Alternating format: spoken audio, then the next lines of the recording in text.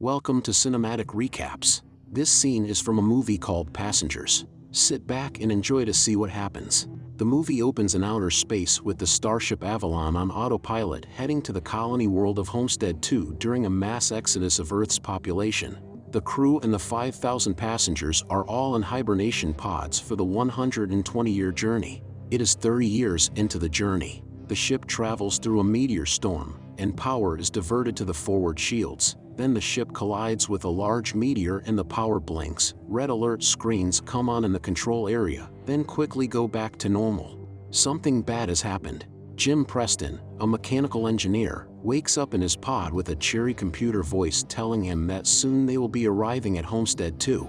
He is told that it is normal to feel confused and weak after being in hibernation. The wristband on his arm is scanned, and the computer leads him to his cabin where he sleeps. The next day he wakes up, tries to decide what to wear when meeting fellow passengers, then makes his way to a cafeteria where he is the only one.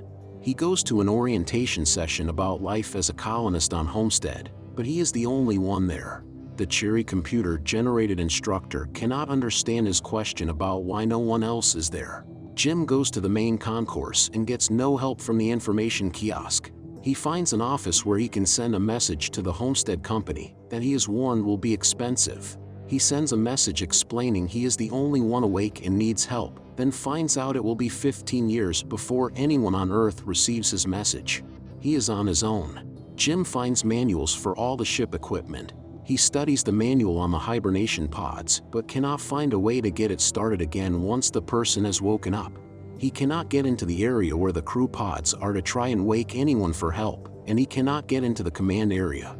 His wristband does not give him the proper clearance. Jim finds the robot bartender Arthur who he can talk to, but the robot is programmed to dispense bartender advice, like if you don't like where you are, change things. Jim is a general class passenger with a basic cabin, and he breaks into a suite with nicer amenities.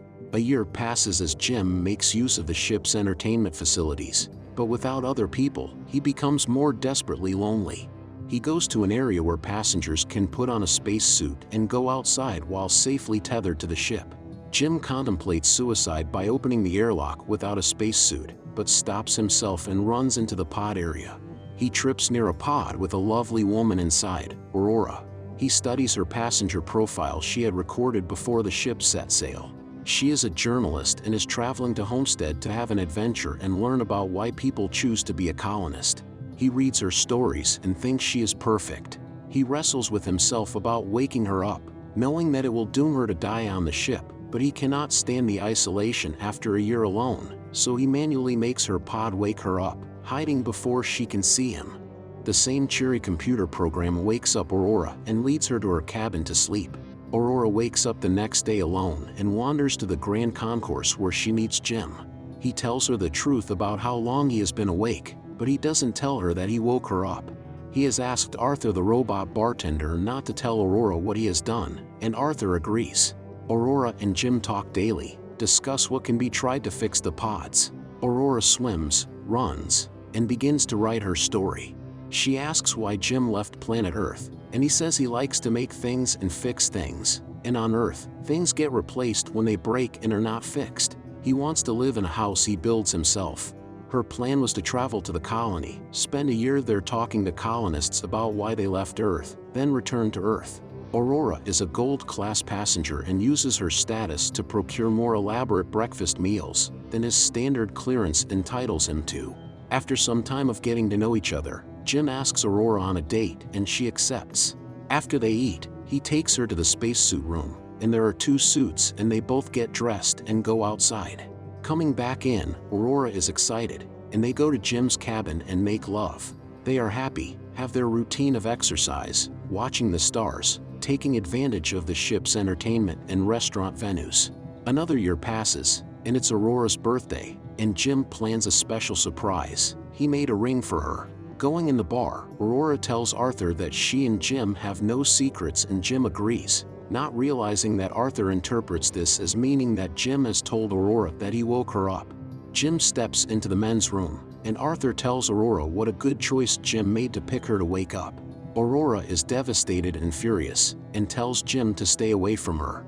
One night she enters his cabin while he's sleeping and assaults him with her fists.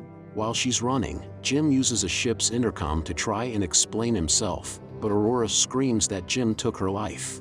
While all of this is going on, the control room is more frequently getting alerts of system failures, more over time.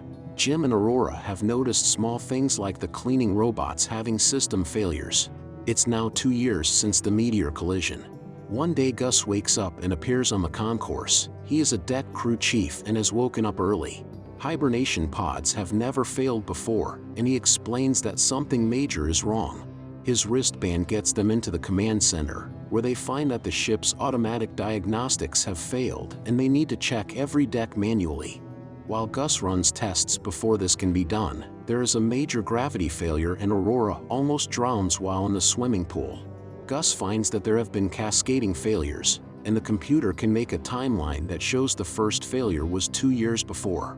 Gus determines that the first few failures caused power diversions to try and re-equalize the load, but the load became too heavy, causing more and more failures.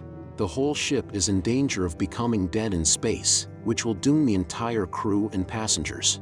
The area first affected was in the main engine area, but they will have to do a manual inspection to tell where. At this point, Gus collapses, and Jim and Aurora take him to the infirmary and put him in the medical auto-diagnostic scanner. There are multiple necrosis all throughout his body and death is imminent because of the malfunctioning hibernation pod.